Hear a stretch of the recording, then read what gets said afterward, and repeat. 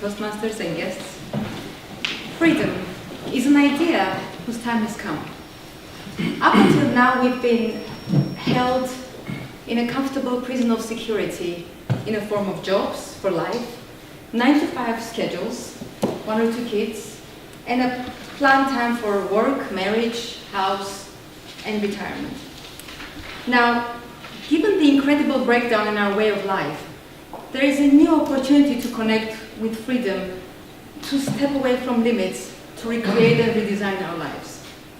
In this sense, freedom is the right to make choices in life and will be able to enjoy.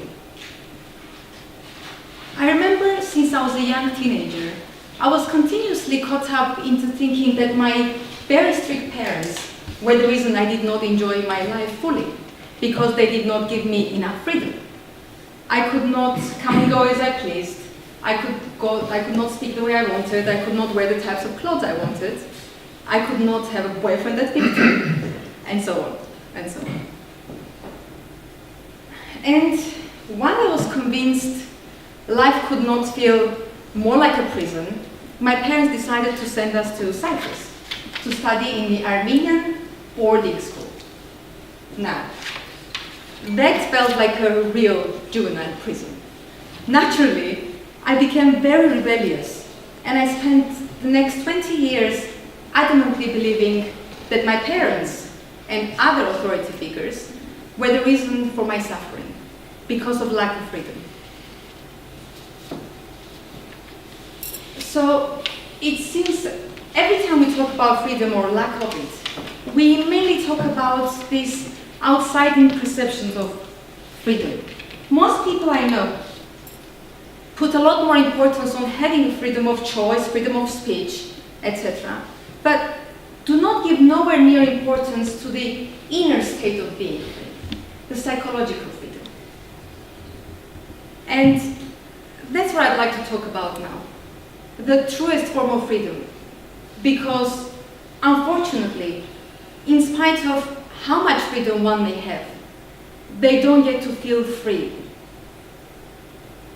I work as a life coach, and in my almost 10 years of practice, I have never had a client who was stressed out or depressed that was for no other reason except that they were trapped by their own thinking, their own self-made limitations, and their own self-made demeaning determinations and judgments.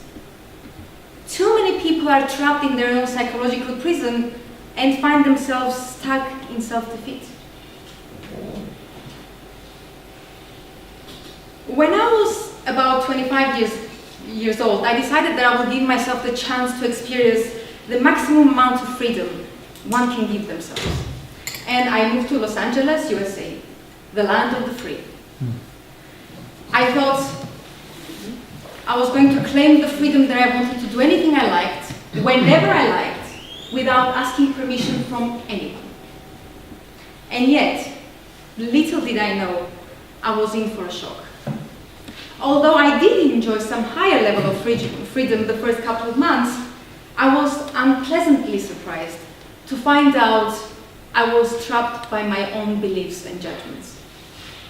For example, at the university cafeteria, I would not go and sit with a specific friend that I like to spend more time with because there were too many other ethnic or religious background people in the same table.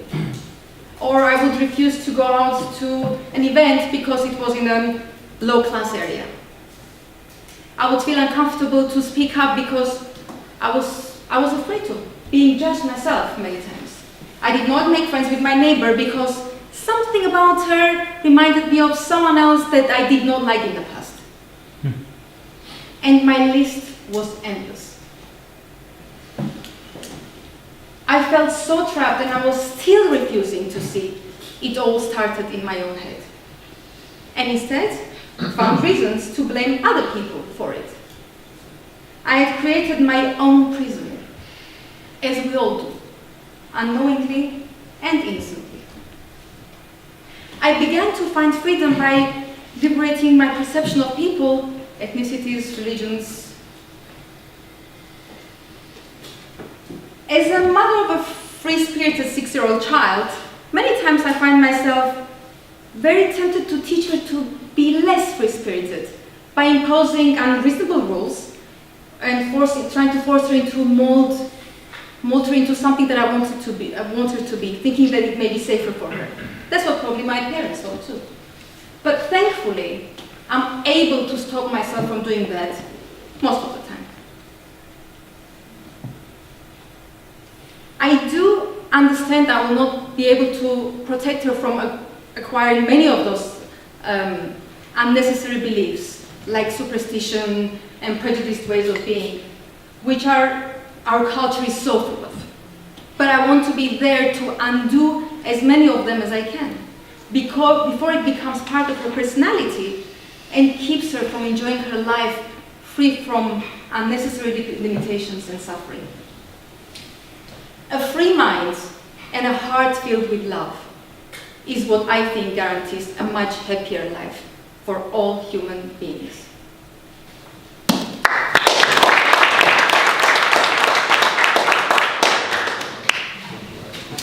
Thank you, Tatev.